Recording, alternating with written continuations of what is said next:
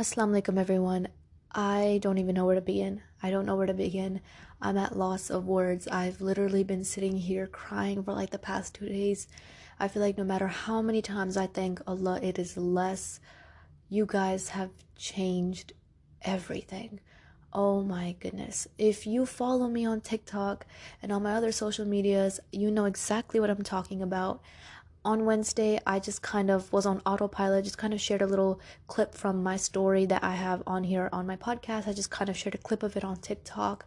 And in less than 5 hours, maybe near or even more, 500 brothers and sisters from the Ummah following me on my podcast, supporting my journey, DMing me. Like, it just, wow, like, what happened? I'm so confused. And alhamdulillah, mashallah, I'm so blessed and I'm so grateful for this because, I'm one of those people that I don't understand how people would want to listen to me. The amount of DMs that you guys have sent me and the things that you guys have told me have shaken my soul. I wish I could make this up. I'm literally not. This morning I opened up my TikTok and again I'm just shocked at like what's even happening. I've never been the type of person that cares about followers or anything like that. One thing I will say as it is I never want to be famous. I believe that being famous for, how many followers you have or stuff like that, it brings fitna. What I want to be well known for is knowing that I saved someone, knowing that I changed someone. And that sounds cliche, but let me tell you guys something, and this is something for you to think about if you are feeling a little bit stuck on your journey. If you change one person's life, you've automatically opened up the doors to changing 10 more people's lives because that one person will pass down whatever you helped them with, and it starts a train, and those 10 people pass it down to another 10 people. So now imagine if you change the life of 10, 20 people in your entire lifetime. Think about how that will continue to spread. That's why, especially in Islam, it's so important that we're so kind to everyone. We help everyone, even smiling. It's a sunnah, bro. Like, I cannot put into words, like, the smallest things make my day. Sometimes when people DM me, they're like, hey, I like your post, it makes my day. When people DM me, they're like, hey, your podcast sounds amazing, it makes my day. Even in school, like when a girl's like, hey, you look pretty, I'm just like, I'm about to cry right then and there. Like, it's small things that make someone's day, that change the way that they view a bigger picture. So please always be kind. Besides the point, anyway, it's just I'm at loss of words. The thing is, like I was saying, I never want to be famous. I never want that. But I do want to, in a positive manner, influence the younger Muslim generation. The problem that I've noticed is that we have a lot of scholars, mashallah, they're amazing, but they target a lot of the older audience. So it's very, very hard to find, someone that talks about the normal teen things that we all go through. And I'm not even near a scholar. Nothing. I'm nothing, y'all. I'm nothing. But I've been through it, and it's just beautiful to see how all these, these kids and all these teens, just everyone, we're all just reuniting on the same thing. And it warms my heart. A brother tagged me in a TikTok and that he made, and it was like his life before and everything that he used to do, partying and whatnot, and then his life after, and like how he got back on his thing. And then like he was like quoting every stuff that I said from my podcast, and he was just saying how like it was amazing. And like, when I saw that, I bursted crying. Like, I wish I could make this up. I'm still shaking after seeing that. Like, it warms my heart because some people, they've even told me on DM, they're like, I listen to you every single morning, I listen to you when I'm getting ready, I listen to you when I'm sad, I listen to you every single day. Your podcast was the only podcast I ever listened to, actually paid attention to. Like, you've changed my life. And like, I'm reading these and I'm just like shocked. You know what I'm saying? Because I know me and Allah knows me. And if you want me to be really honest with you, the only reason why so many of you are even impressed with what I have to put out there is because Allah has covered my sins. And it's all Allah, it's not me. So anything good, it ain't from me. It's from God automatically. Any single good thing that you see, anything, it ain't from me. It's from God. You people say that I changed your life and this is that. No, not me. It was God. And I'm gonna to share something with you guys on insight before I get into the topic. Really, if you guys listen to my story and you guys really listen to just any of my episodes, I constantly talk about how I got deceived, or I had people that left me, or this happened. Like, I always talk about how sometimes you have to cut off people for the sake of Allah, and it's the most painful thing that you can do. And it's very hard to sometimes feel unloved by the people closest to you, and that was something I talked very much about. And I remember when I was cutting off people that, I struggled to, I used to sit there and I used to think, I was like, I know Allah's gonna give me something better. But what will it be? Because in the place, in the state where I live, I don't see this coming. So when am I gonna get this better? And miraculously, literally, it's been less than like 48 hours. And I'm so humbled and life has changed completely. I just really want to say thank you because I never want to be those people that think they're too arrogant or think that they're too cool. Guys, I'm far from that. I always tell you guys to shoot me a DM if you need anything, and I'm so glad that people are actually DMing me. And when I respond, people get so shocked. Like, guys, I'm a normal person for real. There's don't nothing special here, nothing. Normal person, and I'm not saying this to act humble. I'm genuinely just so happy, guys. And I make dua that Allah keeps each and every single one of you steadfast and happy. I've heard some of you guys' story. You guys were so kind enough to tell me some of the things that you're going through, and I value them, and I value your story, and I value everything that you're going through, and I pray that Allah makes it easy for you. Yeah, I just wanted to address that because for me to ignore that would be so ignorant and rude that I just couldn't. Like, you guys have shaken up my heart, and hearing your stories has made me realize that, you know what, no matter what happens, if you keep trusting God, God's gonna take you places. Always, always, without a shadow of a doubt. So thank you. Thank you so much. I'm humbled and I'm beyond grateful. I truly do not deserve any of this, but thank you so much for allowing me to be a part of your day and allowing me to impact your heart in some way. So today's episode is going to be a little compilation of a few things. I've reached out to you guys on Instagram, on Discord, and a bunch of other places asking you guys, what do you guys want to see? What do you guys want to hear next? And a lot of people gave me similar topics that lined up in one big subject. So this episode will be addressing that. So this is going to be quite lengthy, but this essentially is going to be life transformations in the light of Islam. How you can change your life, how you can become a better person, how you can become a better Muslim. So everything in here will be a discussion on how you can become a better Muslim. To give you a few little sub-points on what I will be talking about, I'll be talking about, wearing the hijab, modesty, your friends, cultural differences, the lack of community, worthy prayers. Some of you might hear this, you might feel confused. I'll get into that. Mental health, sabr, tawakkul, all of those things, just big factors that will change your everyday life. So the reason why I'm talking about this is because we always hear that we should be good Muslims. We always hear that we should wear the hijab. We always hear that we should dress modest. We always hear that, you should be involved in your community, that you should be kind, that you should be praying like this, that your mental health should be good, your spiritual health should be good. We always hear these things. We are always hearing the expectations, but not the journey, not what it takes to become at that point. Especially when you're a girl, the first thing you always hear is you should dress modest, but no one tells you how to come to that point. So around that area, that's what I'm going to be talking about. The two big things that change everything for you in becoming a better Muslim is your environment, your physical, everything around you, and two, your internal, your emotional and spiritual being. And I'm going to get back to this topic and I will point this out again, but I wanted to start off by just telling you that these two factors, they change everything. So first of all, if you're seeking at some other place, stop it right now. These are the two factors that are going to change the game. So I'll get back to that. I want to start this episode off with an analogy. I think analogies are beautiful. So this is an analogy, and everything else that I'm going to be talking about is going to come back and reroute back to what I said earlier. So just stick with me here. Let's say you have a driveway, a very small driveway, and it's broken down, it's muddy and dirty, and in that driveway, you have a car. This car doesn't work. It's broken. The engine doesn't work. It's just horrible. The car doesn't work. It's no good. So, evidently, you're saving up money so you can buy yourself a brand new car. And this new car is all you can ever think about.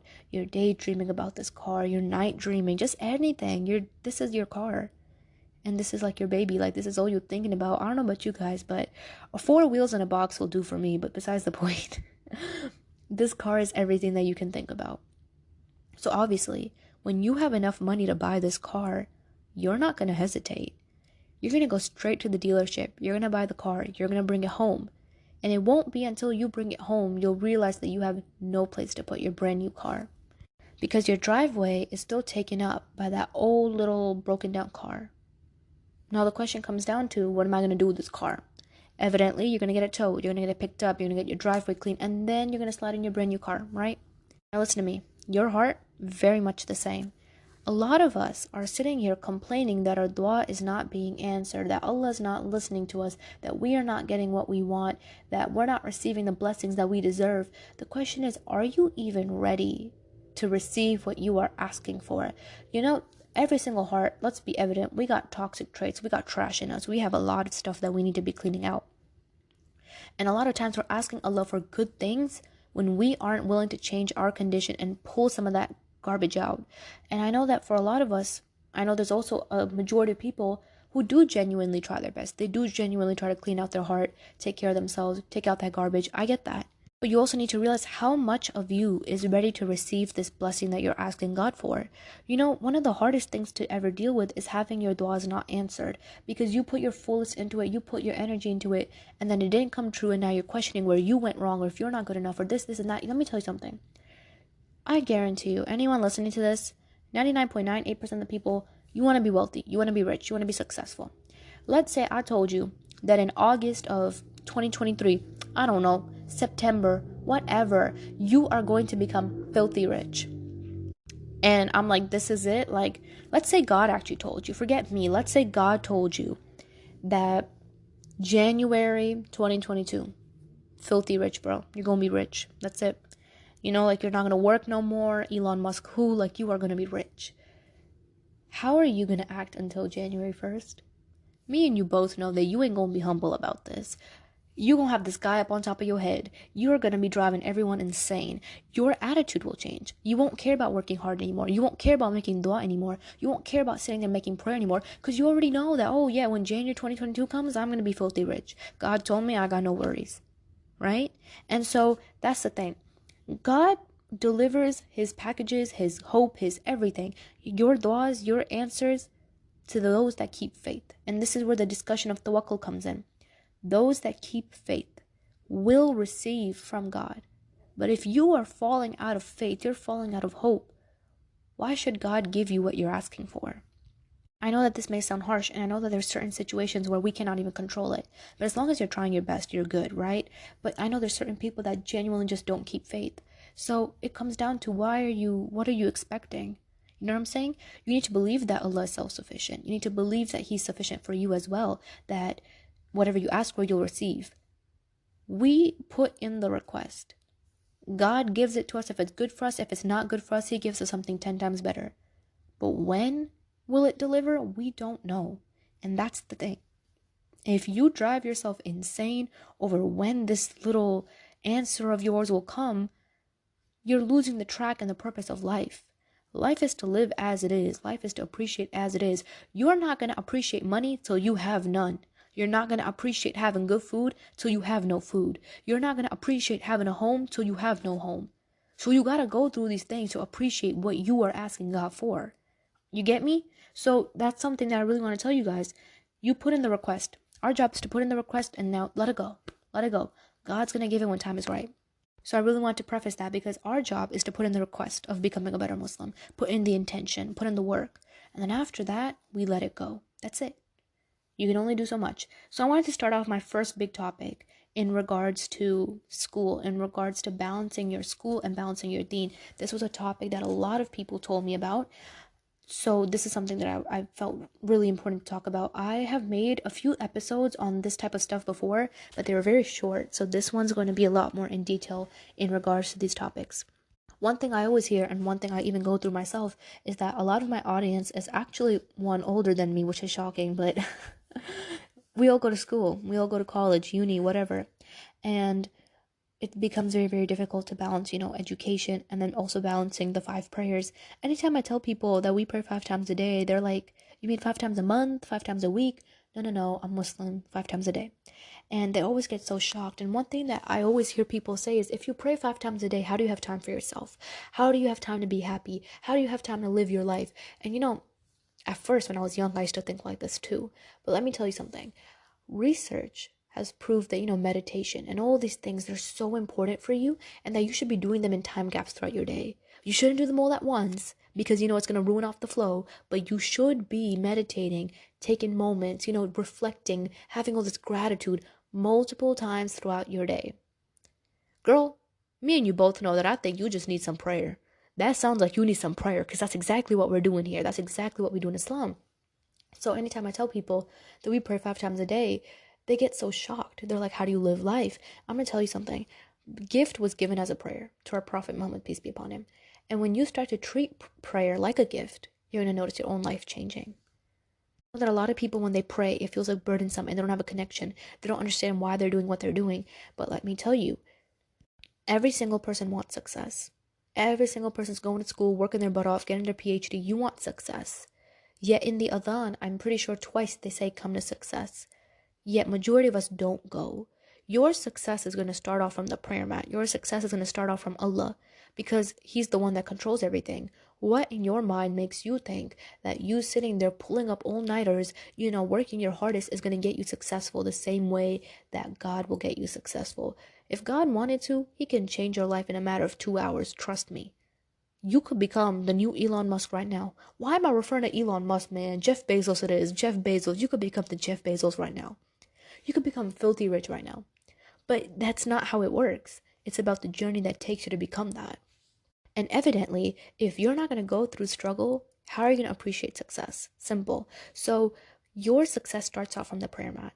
And if you automatically dismiss your prayers, you dismiss Islam, you dismiss the concept of God, you're just working your butt off thinking that will be self-sufficient, that's not going to work through all the way. And even if it does, you should be concerned. I always tell this to people. I'm like, if your life is going great and you're not praying and you're not doing anything wrong, like, are you not worried? Like, I know there's a lot of people, they're like, oh, well, Allah doesn't test me. I don't really pray. I go out, I drink, I party, I dance. I mean, I don't think I'm doing anything wrong, but like, I do whatever I want. I'm just like, girl, you need to be worried. You need to be worried. Because maybe God's giving you this life instead of the next. And I'm sorry, but this life, girl, no way. Don't sell yourself short. There's this beautiful quote. And it says, if you sell this life for the next, you win both. If you sell the next life for this life, you lose both. So remember that. Whenever you sell everything you have on this earth, let it go off on a sale, you're purchasing a lot more. Your value increases. Your worth increases. Because you're not worried about the stupid things that we have around us. You're not worried about, the stupid normal conditions that are around us. You're worried about a bigger picture. And the bigger picture is what's going to take you farther. So one thing I do want to say is when trying to become successful, going to school and all these things, it's a lot. It can smack you in the face because, you're trying to balance homework and you're also trying to balance schoolwork. Schoolwork and prayers. So it becomes very difficult.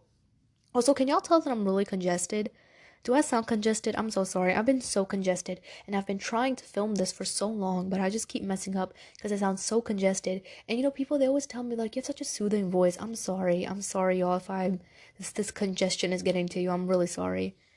Anyway, besides the point. So it can become very difficult. And I remember so many times in my own life when I would be sitting there, doing my homework and I'd hear the adhan and I would just be like, I can't figure this homework out. And I'd be so stressed out and I'd be so upset.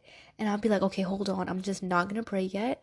I'm going to figure out this one problem and then I'm going to go pray. And that one problem would never finish. And then right after I would go pray and I'd ask Allah for help and I'd come back, it would automatically just start moving a lot more in my brain and make a lot more sense. So that's something to remember. Remember that if you are expecting ease, you're expecting success, you're expecting all these things, you're going to have to work for it. Not just in this earth, but in the hereafter. You're going to have to work for it by building up your hereafter, by building up the concept of trust in God. So that is something that really changed the game for me. Remembering that in the Azan, they literally say, come to success. And if you want to become successful in school, you want to become successful on this earth, then you cannot neglect that. The ratio doesn't add up. No, ma'am. The math doesn't do it. You gotta do it. You gotta do your prayers. You gotta get back on your deen. And let me tell you something. No one is expecting you to become a hafiz overnight to be perfect at what you do. If you haven't prayed in 20, 25 years, getting back on all your 5 prayers is not going to be easy. But it's not impossible. Because God will never tell you to do something that is impossible. That's exactly where that ayah from the Quran comes in, where they say that Allah does not burden a soul more than it can bear. So if you think that you cannot bear doing schoolwork and prayers, you are goddamn wrong, bro. You are wrong. I'm sorry. I know that sounds harsh, but you're wrong. Because God would have never put the obligation on you if he knew you couldn't handle it. So automatically, just know that you are limiting yourself. When you skip prayers and you're not doing your prayers, you're not on your deen, you're not hurting no one. You're not hurting anyone. You're not hurting God. You're hurting yourself. You're neglecting yourself. You're cutting yourself short. You are being your own enemy and you're stopping your own self from succeeding. And I tell this to everyone. Why are you your own enemy when God is with you? When God is not through with you, when you're still waking up every single day in the morning, what makes you become your own enemy? And the first step of really becoming our own enemy is we stop praying. We stop meeting with the one that loves us tremendously. It's strange. It's strange. It's really something that I need you guys to think about. So when it comes to balancing, your spiritual affairs and whatever you have to do on the world, always prioritize your spiritual affairs. Because when you fix the spiritual, you automatically fix this. It's like a buy one, get one free, bruh. You automatically fix the spiritual affairs, worldly affairs will fall right into place. If you're too busy fixing the worldly affairs, you're going to lose both of them. Spiritually, you're going to lose, and worldly, you're going to lose because you've lost track of the sight. So remember that. That's the biggest piece of advice that I can give to all my people that are still in school, and I'm still in school. But yeah, that's the biggest piece of advice that I can give you guys on that topic. So that automatically will help you become a better Muslim. So remember that. The next thing that I wanted to talk about was a little bit heartfelt, and this one's for my girls. This is about hijab and modesty. And this plays a big role. This is another physical, environmental factor that I mentioned earlier that will help you become a better Muslim. The thing about wearing the hijab and the thing about becoming modest is that we're told we're supposed to do it, but no one tells you how you reach that point. I'm the only hijabi person in my school. And when people see me, girl, I remember it was open house. I went the stairs, like it was like flabbergasting. I don't really, there's not many Muslims where I at. So even when I go to Walmart or like Target, oh my God, y'all, mini story time. I remember when I was like, really trying to get comfortable in the hijab. I went to Walmart one time, not Walmart, Target. I went to Target one time. I'm standing in the middle of the Target and I'm like, dang, bro, I am the freaking Target.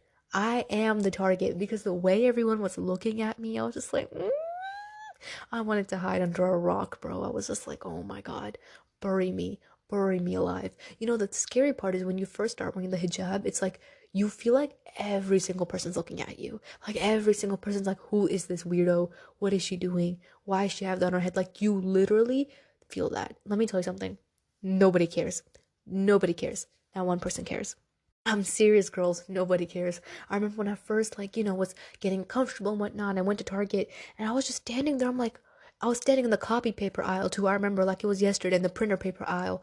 And I was just like, I was about ready to cry. I was just like, I want to go home. And I was like, I'm not having fun anymore. This isn't fun. I want to go home. I can't do this. And I felt like everyone was looking at me. And then after that, I went to another store and I was looking around the store and everybody was just shopping. They were just minding their own business, buying their pens, their candies and whatever.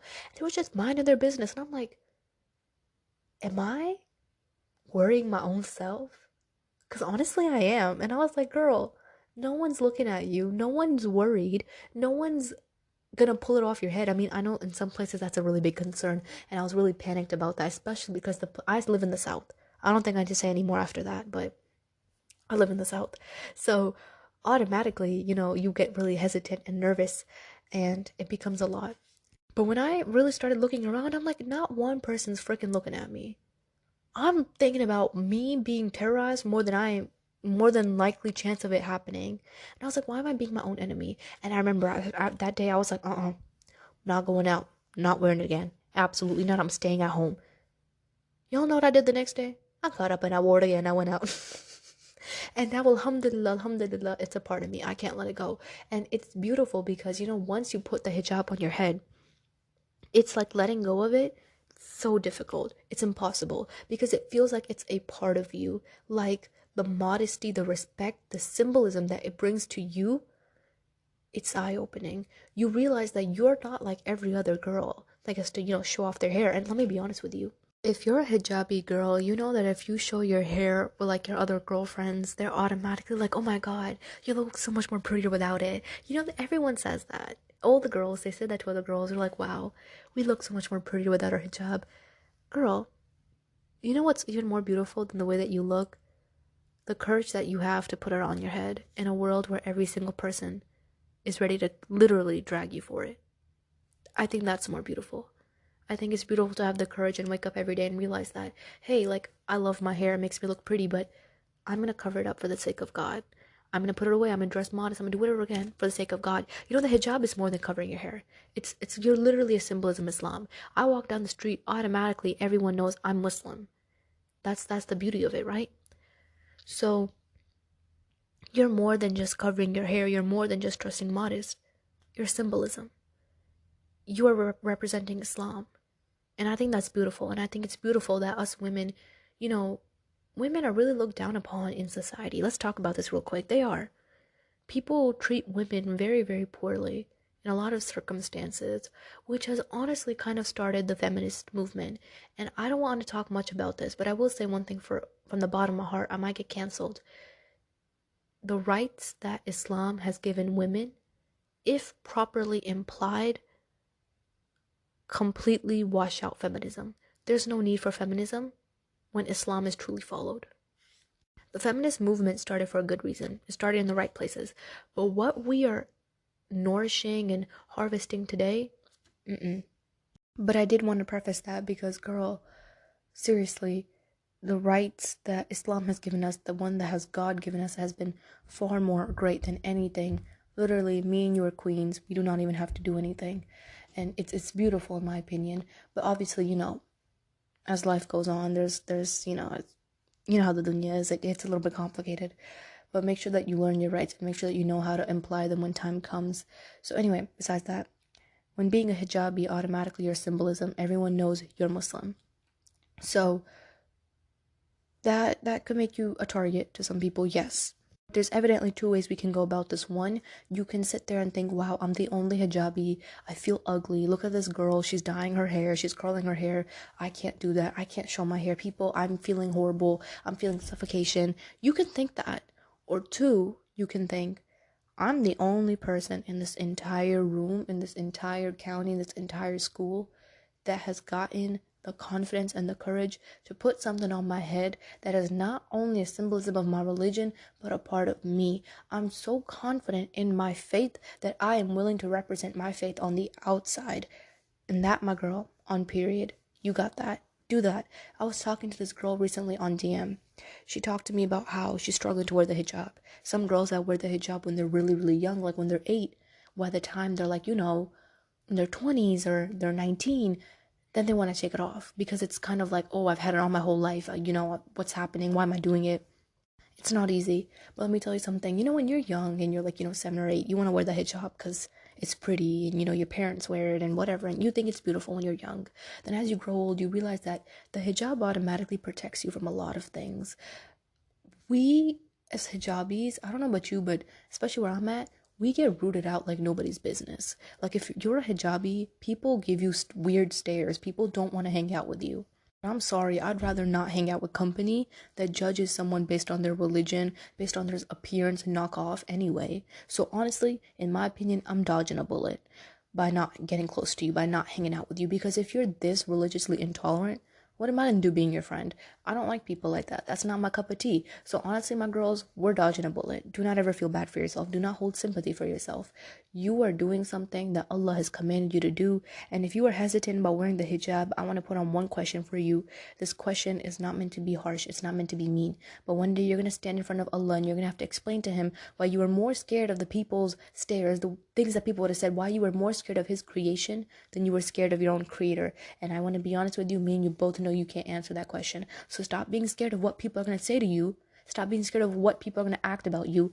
Your job is not to worry about how others are going to react. You know, there's this beautiful quote. It's life is 10% of what happened to you, 90% of how you go about it, 90% of how you react to it, right?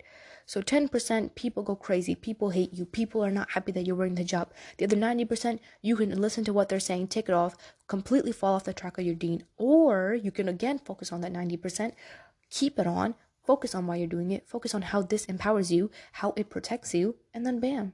You are leveling yourself up to new highs. You're doing great. So think of that. Your hijab is more than a piece of scarf. It's more than just something on your head. You are so confident to show your faith. I'm proud of you. The next thing that I really wanted to come and talk about while we're on the same topic is of modesty. You know, modesty, some people in Arabic, I'm pretty sure it's called haya. it's not just what you wear. Yes, like I mentioned with the hijab, it's important. You're covering yourself, dressing modest, whatever. Modesty is also in the way that you carry yourself. And that's why I tell you, man, Muslim girls, y'all are such queens. I'm serious. Y'all are such queens. I hope you're smiling listening to this. You better be. If you're not, do it right now. Okay, good?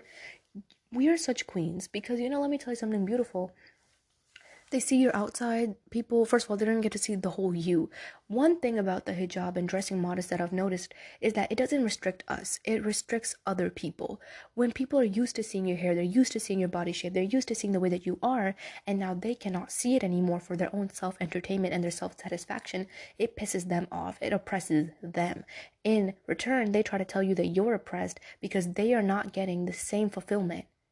When in real life, you're not. You're not oppressed. You're just deciding on what you want to show and what you don't want to show.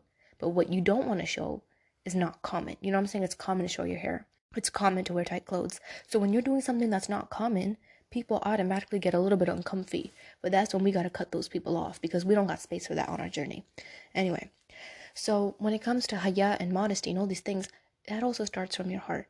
The way that you choose to handle yourself around people, the way that you embrace not just other people, but also yourself, the way that you treat yourself. So treat yourself with kindness, treat yourself with goodness. I know a lot of hijabis who they're full hijabis, dressing modest, and then I hear from some people that they're mean or that, they're like this, they're like that. Kindness, I believe, is a very big part of faith. So be kind to everyone.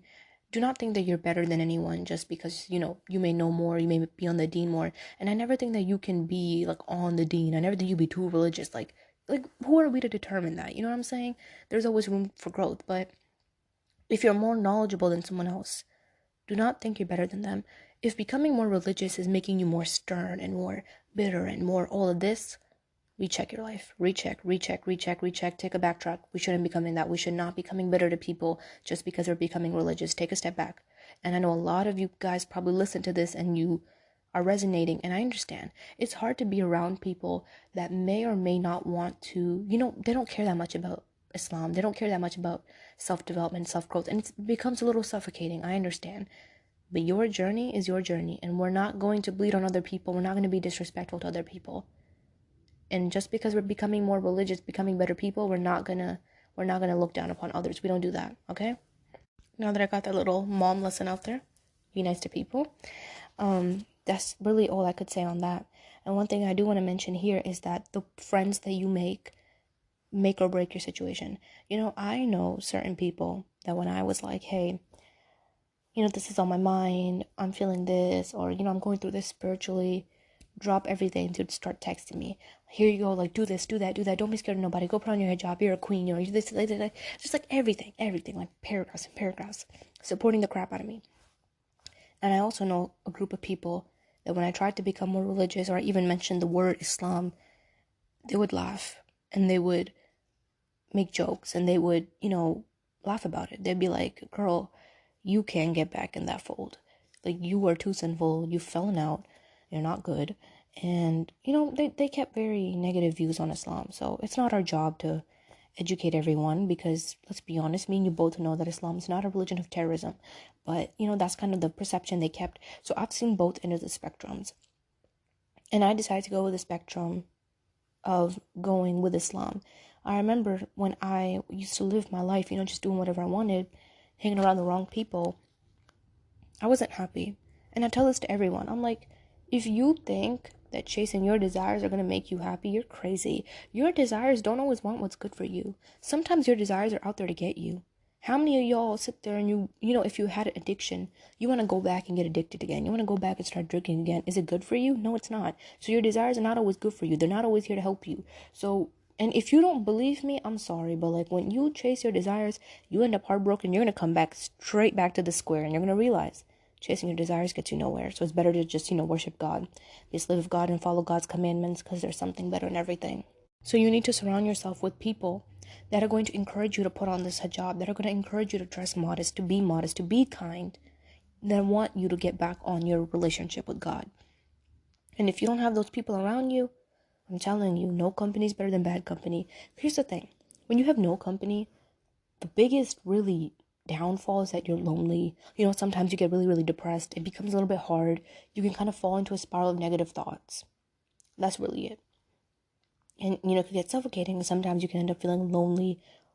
What is it called? Questioning the purpose of life, right? But when you're with a bad group of people, they can take you to extents that you didn't even know you can go to. They can make you a felon overnight. Trust me. They can make you a felon overnight. They can make you do insane stuff. And I don't know, man. You tell me which one's easier to get out of. Is it more easier to get out of your own nafs, your own thoughts, your own war within yourself? Or is it easier to get out of the war you have with people and then the war you also have with yourself? That's two. That's two wars at once. As compared to the first one, it's just one war within yourself. And I went through all of that. I remember when I was hanging around the wrong group of people, like I mentioned this all the time, I was scared to let go. Because it was a sense of comfort, right? And then I had to let go. First, I had to do a war within myself every single day. And then I had to do a war outside. And when I cut off these people, I can't even put into words what happened. All hell broke loose. They made me look like the worst person. They made me look like I was crazy. People, they'll treat you bad. They'll want you to get out of character, and then they'll call you crazy.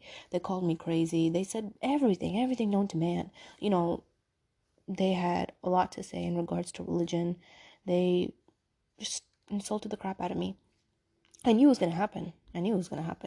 It was just, I didn't know when I'd be ready for it. And the way that I cut off my friendship with all these people is actually a very long story, and I might have to share that some other day. But it wasn't like a little easy thing where I was like, hey, I feel away from my religion, so I'm cutting you off. No, no, no, no, no, no. It was drama, man. It was a drama. It was a disaster. It was really Allah pushing it. It was Allah really pushing it, bro. It wasn't me. It was Allah. He made circumstances in a way that I had no choice. And I had to let go. It was Allah. So I'll probably talk about that one day, maybe if you guys are interested. But with the circumstances that Allah made, I knew that me going back in certain friendships, certain situations would have not benefited me anymore. So I had to let go. And when I let go, it was all hell broke loose. It was, she's crazy, she's bad, she's psycho, this is what happens to her, this is a bigger secret, just a runny mouth. And let me tell you something. The most strongest person is a person that can keep a secret. They never kept a secret. Everything about me was with everyone, and it hurt. Like, you know what I'm saying? When you start off becoming friends with someone and you're really close to people, evidently, they've seen vulnerable sides of you. They've seen sides of you cry. They've seen sides of you happy. And the people that I used to be around used to see a lot of me. They used to see me cry all the time. They used to see me literally almost suffocate and cry and throw up and just everything. Like, they've seen the worst parts of me. And so, when those parts, those things that you're supposed to take with you to the grave, they are out there for everyone to hear, it ruins not only your perception on yourself, but it ruins everyone's perception about you. And that's why I tell you, what people think about you doesn't matter. I literally had people texting me and they were like, were you really like this? And it's like one story, but when people, they don't like you, they're gossip, they had like 10 more in the one story. So it's just all these lies mixed with this truth, mixed with this, mixed with that, and it just hurts. It hurts to see everything fall apart. But it was something I couldn't avoid. And I remember everyone had something to say.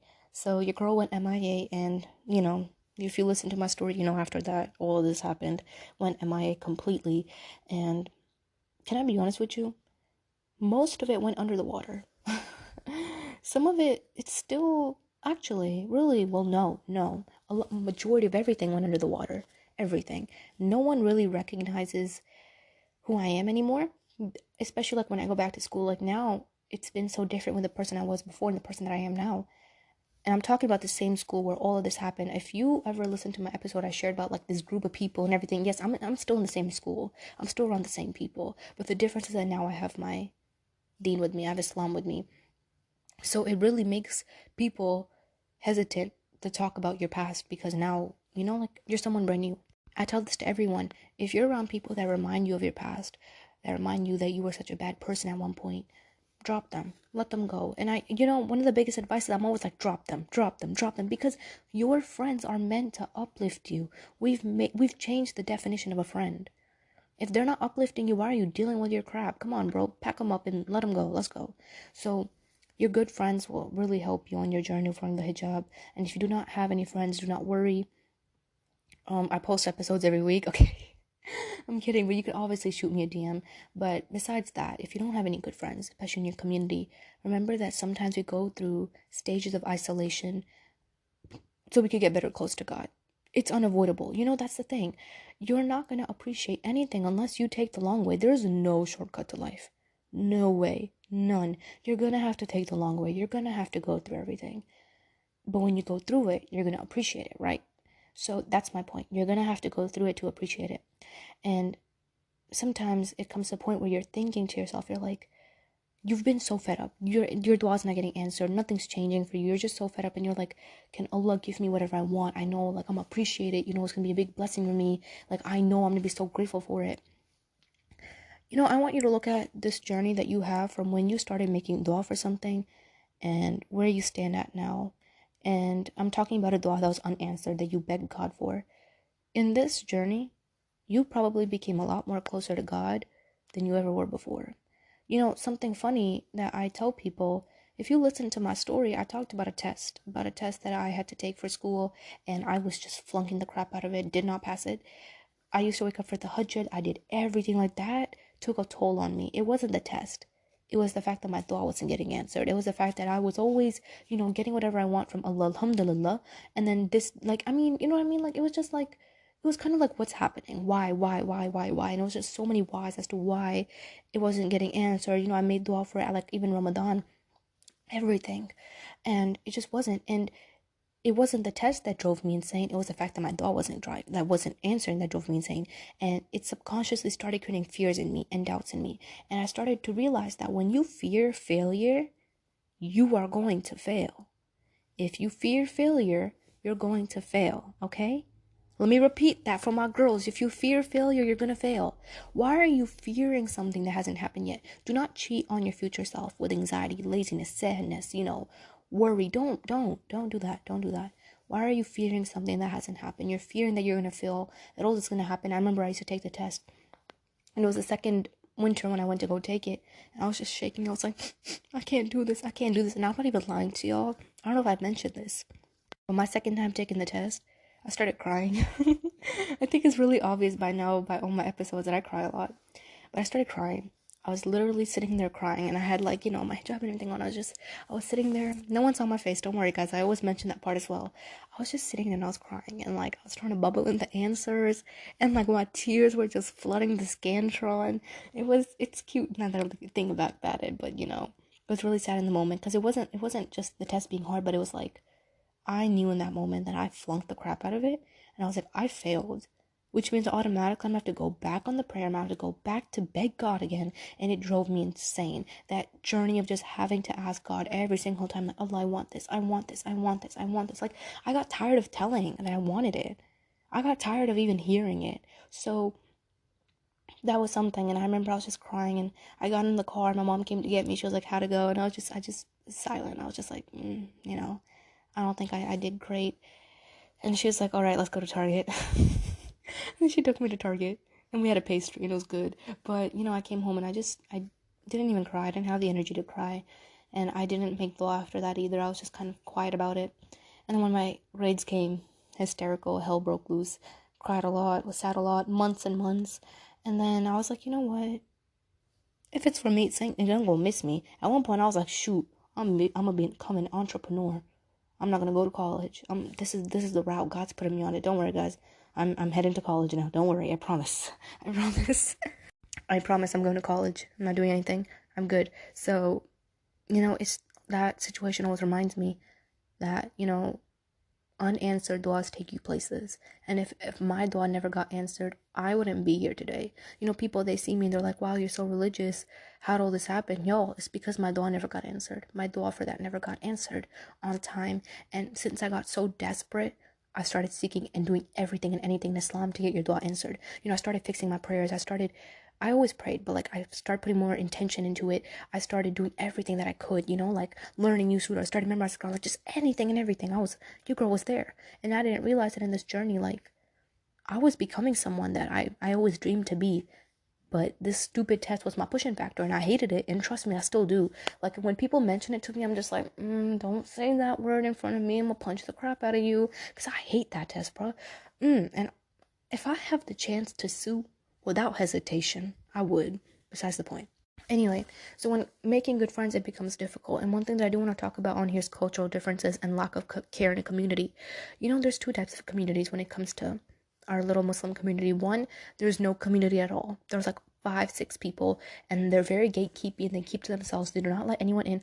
Or two, the community is so big that you can't find a little loophole to slide into, because again, in that big community, everyone has their own little community. You getting me? That's the problem. That's the problem we've created among our mosques. That's the problem we've created among our groups, among our clubs, and it needs to stop. It needs to stop. Let me tell you something. I am in a chat, a little Discord thing, with a bunch of sisters that are reverts, right? And in that revert chat, I have some girls that I'm just like beyond close to, like beyond close. We talk every day, all of that. And what we did was we also have like a group chat on Instagram. And we talk all the time. We talk every day. And any single time there's any new sister that joins, or, any new sister that reverts, or that we know someone that's looking for community, without a shout of a doubt, we throw them in it. We're like, hey, come on, join our group chat. Let's all hang out. Let's all talk. And although it's online, here's my point. We've never hesitated to let someone new in. And that's my point here. Whether it's locally, whether it's online, stop hesitating to let new people in your circle. It's so hard being Muslim because Islam is, one of the what's happening? Am I okay? One of the world's largest, fastest growing religions in the world. Yet, so many of us are struggling to even have a community. Islam is literally growing like rapid fire. You see someone taking their shahada every day. Yet there's still a lack of community. Why? And that's because we are singling people out. There's some racism that happens. There's some people that think that they're more superior to others. I don't know if you guys have known this, but Prophet Muhammad, peace be upon him, said how like no Arab has superior over non-Arab. No race has any superior over anyone else really. Unless through righteousness, unless through piety. So remember that. And if you are truly pious and you are truly righteous, you'll know that no one, doesn't matter what color they are, doesn't matter where they're from, doesn't matter where their family's from, you'll know that you're not better than them and they're not better than you, unless both of you are working together to fix your pious level. Is that okay? Your pious factor, your iman. Unless you're working together to fix your iman, then that's something. And y'all helping each other out, y'all taking care of each other. Otherwise, if you think that you're better than someone else just for the sake of it, you're not following what we teach. You're not following what we teach correctly. Me and you have no right to determine that we're better than someone else. Who are we? Like, who gave you this much right? You get me? Do not keep this arrogance. Don't keep this stuck up figure that, oh, I'm so involved in the community. I'm so rich. I go to a pristine college and I'm pristine job. My family do this and, I drive this car to the mosque every day and I'm so involved and I don't want anyone else near my circle. Get off your high horse. This is Islam. This is not about your personal cultural little life. This is Islam. This is where we welcome every single person. This is where the religion is growing fast as it could be. This is where wealth and your material items do not matter. So don't sit there and gain pride off that. Okay? I'm so passionate about this topic and I absolutely hate people that are like this. Y'all know how many girls be at the mosque and they have all this attitude because like their husband or something, that he's something else and he's pretty big and he makes lots of dough and whatever? Girl, sit down. Sit down. Like, I'm so tired of the way that you guys act so arrogant about your own personal life in regards to Islam. When you're at the mosque, the only thing that matters is your iman. I don't care what car you came in. I don't care who your husband is. I don't care what he does. I don't care how much money you make. What matters right now is my iman, your iman. We're in the home of God. We're going to fix this. That's it. It's about fixing your relationship with God. It's about being there, praying, interacting, and growing with one another. But you two busy sitting here worrying about how, telling everyone how your husband has his brand new car and like y'all came in this and you're so gatekeepy about your little circle. You don't want to let a new revert in. You don't want to let a new sister in. You're like, oh, we don't know where they're from. What's their family like? It doesn't matter. It doesn't matter what race they're from. It doesn't matter what their family's like. What matters is, do they need help with their iman? It's your job to go out there and help them. It is your job. Heard me? Are y'all listening to me real quickly? I don't care if you're a boy or a girl. I don't care what you are. It is our job to make sure that our other brothers and sisters in our faith are okay, and that they are okay with not only the religion but also their faith. Are they going through faith tribulations? I always ask this to everyone, even if I don't know them, especially in these past few days. If you've DM'd me, I've asked you this. Is there something you're going with? Is there something that's going on in your iman that you are unable to answer. Like, maybe I can help you. That's my point. Maybe you can help someone. So get off your high horse. Get off this little, I'm so, gatekeepy. This is my circle. We're elites. We're the best people. And realize that what you're doing is not what's not what we write in Islam. It's not what we do here. So I just kind of wanted to put that in here, especially for my sisters, because, I don't know. I've never been on the men's side of a mosque. I have no clue what that looks like. But I just feel like men, when they're in the mosque, they just stand next to each other, they just pray, and then it's like, oh, hey, you want to go out and eat? Like, as far as what I've heard, like, that's it. That's all that happens. I mean, I bet there are some in there that, that are kind of superior, that kind of think they're better than anyone. But, like, girls, like, they'll stare dead at you. They won't say salam. They won't say nothing. They'll just be staring at you. And then, like, they'll all huddle up and start talking. Like, girl, where are we? This ain't the bazaar. Come on, girl. We're in the mosque. And I hate it. I hate it. So I wanted to put that in there for my girls. So one thing that I do want to also mention is worthy prayers, sabr, and mental health, and all these types of things. And you might be wondering what worthy prayer is. So essentially, this term really came up to my attention when I was DMing this girl recently, and she says to me, I commit so many sins, so I just genuinely do not think I'm worthy enough of praying. Like, what's the point of my prayer? Like, I'm gonna go back, I'm gonna commit a sin again. I'm not worthy enough to pray, I'm not good enough to pray, and my prayers also aren't, like, bomb. Like, why would God care? You know what I'm saying? And I honestly understand with this sister so much. That's why I'm mentioning it in here, because I felt like that for ages. Like, I was the type of person where I would pray, get up, mess up again, and it's so draining. It becomes hard because you're messing up again, you're repenting, and you're wondering, is God gonna accept it? Is God gonna accept it? Of course He's gonna accept it. Why won't He? If He wasn't gonna accept it, He wouldn't have led you to ask for it. So when it comes to your prayers, I tell this to everyone: prayer overpowers sin. If you think that you're too sinful to be praying, you're out of your mind. Prayer is for the sinful. If God wanted you to be perfect, He'd make you an angel. I tell this to everybody. If God wanted you to be perfect, you'd be an angel. So you're bound to mess up. You're bound to, slip off in life. But one thing that we should all be fearing is living our life as a Muslim and dying as a kafir. Like, come on, girl. Do not let go of your prayers. Do not. Even if you feel like you don't have a connection, even if you feel like you're not feeling God's presence, even if you feel like you don't even know how to pronounce the words right, it's been so long, or your mind is somewhere else flying around, you're going to commit a sin after. I don't care what your condition is. God doesn't care what your condition is. If you got the courage to get up, do wudu, and get on the prayer mat, you have automatically, first of all, washed off a crap ton of your sins. They're just falling off of you already. Now, if you put your heart into this, you start praying, you really get up in there, automatically fixing more problems. Prayer is for the healing. Prayer is for a gift. And we need to really, really imply and use this gift. Like I mentioned earlier, success comes from prayer. And I understand that some of us, we think that we're not good enough to pray. And I mentioned this earlier as well, Allah does not burden you more than you can bear. So while you may feel like you're not good enough to pray, Allah has still given you this honor. So the way that you should view it is realize that since God has given me this honor, I might as well step up and be the best at it. Be the best at what I can do. Be the best at it to my fullest ability. Simple. I have this revert sister that I know, and she gets really discouraged by prayer because she doesn't know how to pronounce the Arabic perfectly. That's a problem with a lot of the reverts. It's not easy. Even being born Muslim, like when you're reading like a chapter in the Quran that you probably never been across, you end up stuttering. And I want to mention in here that if you're stuttering and struggling to, pronounce the Arabic during your prayers and whatnot, you get twice the reward. I don't know if y'all knew about that, but you get more reward if you're struggling. And even though you're struggling, you're still persevering. You're still going through it. So you should be proud of yourself. And you should know that God is part of you too. Because your love for Him is still keeping you here. Your love for Him is still keeping you going. So be proud of yourself. Do not ever think that you're not worthy enough for praying. Do not ever think that you're not worthy enough to, talk to God. Why? Why are you not worthy enough? Because you commit sins? It ain't a big enough reason. You got to give me a bigger one. You have to give me a bigger one. And I learned this beautiful thing recently and I want to share it with you guys. Isa al-Islam, aka Jesus in Islam, right? We consider him to be a prophet. And there's this beautiful story about how, when he was kind of going through conflict with, the priests and whatever they were preaching at the time, and he was trying to, spread the right message, there was this situation where there was this woman, and she committed adultery, and she was doing it to make money.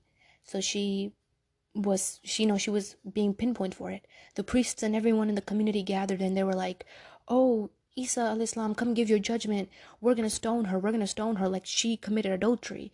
And at the same time, though, you know, Jesus, peace be upon him, he knew that she did it all because she just needed money. She was just going through a hard time. So he agreed, and he was like, yeah, you're right. The punishment is adultery. But whoever has no sins can come forward and come stone her. And not one person could come forward and stone her. Because who's sinless? Who is sinless? Not even back in the day, no one was sinless. So I'm mentioning this in here because if you think you're too sinful to pray, you're not. All of us are sinful. All of us are. But we're just going and we're just hoping that, you know, Allah will forgive us, and He will. Only that, I want to share another beautiful example with you guys is Noah alayhi salam. I don't know if you guys know, but you know, when everything was happening and you know, all the disbelievers were doing whatever they were doing, Allah told Noah alayhi salam to plant trees, to plant so many trees. And him and his little group of believers, they were planting trees everywhere, planting trees, planting trees, planting trees. And everyone was making fun of them. They're like, why are you planting trees? You know, I think it was maybe 10, 20 years later, those same trees were cut down to make his boat. And with that same tree, with the same little boat tree thing that he planted and now he's using as a boat, that is what got him out of there. Okay? Your prayer is very much the same. You're going to have to plant the seeds. You're going to have to believe that you're worthy enough. You're going to have to believe that it doesn't matter if I'm sinful. I'm just still going to do it. And as you continue to be persistent and consistent, you're going to notice your trees are going to grow. And this prayer will take you through high waters. It will take you through it all. And it will rescue you. And you know, moreover, you have to believe in Allah's qadr like nobody's business. And as I've been learning more about Islam, you know, one beautiful thing that stands out is Prophet Musa alayhi salam's story. How he had to be put in a basket, how he had to be just in a basket casually in the river and have to be let go. Like, how many of you guys are even ready to put your child in a basket and let them just have to go? Girl, if I lose my kitties, I go crazy. Imagine doing that with a baby. Imagine. But Allah had something great planned for him. Allah had something insane planned for him. And one more example, I'm really watering these down, but Yusuf alayhi salam's story. You know how his family, like, there were so many brothers, there was so much going on. And after, you know, his brothers tried to kill him, and then, you know, he got taken, and all of this went on, and then eventually he ended up at, you know, the most highest place. He started off by wanting to get killed by his own brothers. Fast forward a few years, he was standing in front of his own brothers, holding such a high position in the government, holding such a high position, distributing rations to his own siblings who are now starving, and they were, you know, all this famine is going on and whatnot, and here he is distributing them to the same people that tried to kill him. Think about it. Allah will put you in front of people they'll really try to knock you down, they'll really try to drown you, but then Allah will put you in front of those same people again in a better position. Your job and my job is just to keep tawakkul. It is just to keep sabr. You know, it's really hard to have patience because we always hear like, oh, you know, keep sabr. Just have some sabr, you'll be okay. It's not okay. It's not easy. It's not easy to hold on when everything feels like it's falling off. It's not. But when you keep sabr and you keep tawakkul, and that means trust, by the way, you keep trust in Allah blindly with your full faith, you'll realize that no matter what happens, He will take care of your affair. It may not be perfect. It may not always be what you want it to be in your reality, but it's exactly what it needed to happen because that was in your qadr. That is what Allah chose for you. So remember that. Remember these examples that I shared with you. What you're planting right now might be something that you're going to need 10, 20 years from now in the future. You may be around people right now that try to suffocate you right now, and don't waste your time trying to get jealous. Don't, you know what I'm saying? Like, don't waste your time getting jealous and revenge and anger and all this stuff. Don't. Pack it up. Let's go. Allah's going to put you in front of them in a better position later on, either in this world or in the akhirah. It's not our worry. Our job is not to sit here and set unrealistic expectations that, you know, one day, tomorrow, I'm going to wake up and I'm going to have the whole Quran memorized. Or that I haven't been praying, you know, 5 times a day, and then out of nowhere, it's just going to get all perfect for me. That's not how it works. But if you stay consistent and you make the intention, you can move mountains with God's help. I promise. In the most simplest terms, you need to ask God for a lot. You need to ask God for big things because our God does big things. All right, my girl? He does big stuff. He can do anything. Like, you're asking him for stuff on this earth when he's, you know, taking care of everything that's going on. This earth is very, very small in his comparison, you know what I'm saying? So you're asking someone that has infinite knowledge to take care of you, to help you? What makes you think that you'll be let down? What makes you think that God wants to hurt you? And I always tell this to people, rationally think about it. What makes you think God wants to hurt you? What is God going to gain from hurting you? What is God going to gain from you not praying? What is God going to gain from you not being on your proper path? It's not going to affect him. It's going to affect you. And if you want to be among those that are righteous, among those that are going to heaven and whatnot, you're going to have to fix your own act. Again, I'm not saying to wake up and become perfect. I'm saying to be consistent and make the intention.